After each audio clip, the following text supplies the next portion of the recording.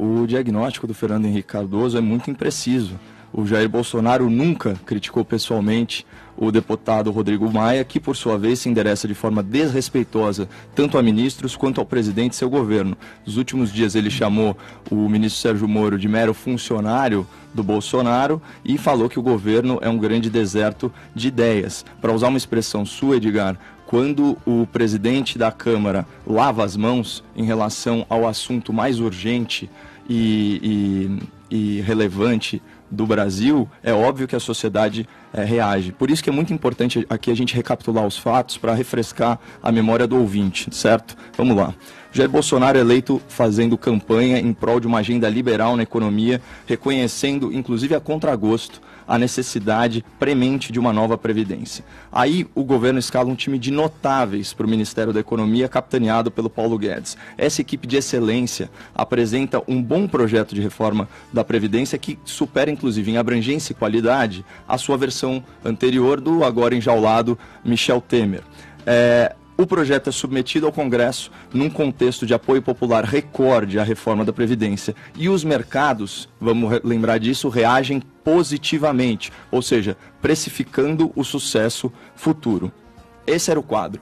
Entra em cena o Congresso Nacional e a sua sanha pela barganha e talento para o achaque institucional. E quais as reclamações desse Congresso personificadas na figura do Rodrigo Maia? Primeira, ônus político. O presidente está empurrando o ônus político da reforma para o Congresso. Obviamente, essa reforma é impopular, porque mexe no bolso do brasileiro. Só que a crítica não procede, porque a reforma está umbilicalmente ligada ao Bolsonaro. A imprensa, a oposição e o eleitorado associam a reforma a ele, certo? Em segundo lugar, qual a segunda crítica? A tal da articulação política, né? Falta articulação política por parte do presidente. Ó, você vai me desculpar, mas articulação política republicana, certo? É aquela fundada no diálogo.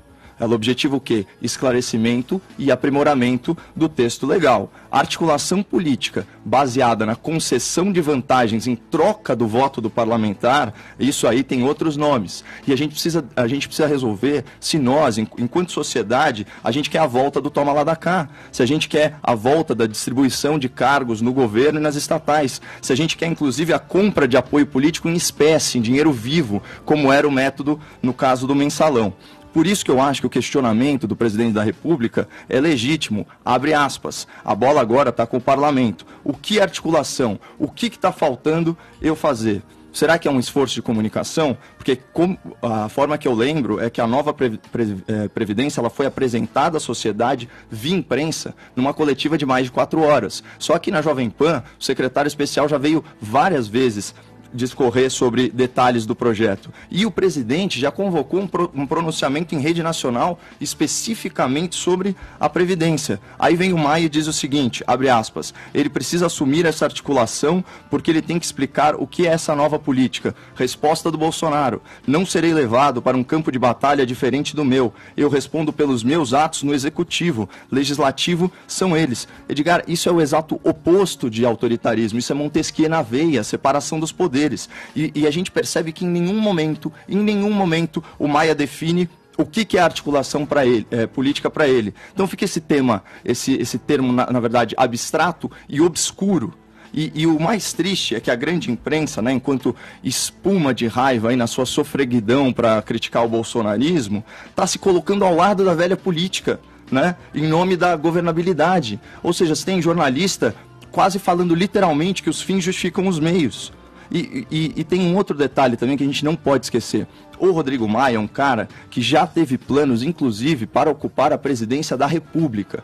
Claro, ninguém deve ter distinguido para ele a diferença essencial entre planos, sonhos e delírios, né? Delírios de grandeza. Agora, é muito importante que ele adicione só uma pitadinha de patriotismo nos banquetes palacianos dele, porque o Brasil não é o playground do presidente da Câmara para ele ficar brincando de esconde-esconde com a reforma da Previdência. Quem sabe, se ele for mais atento à voz das ruas, se ele voltar para a realidade e fizer o que se espera de um político responsável, ele consiga aí uma notinha de rodapé nas páginas da história.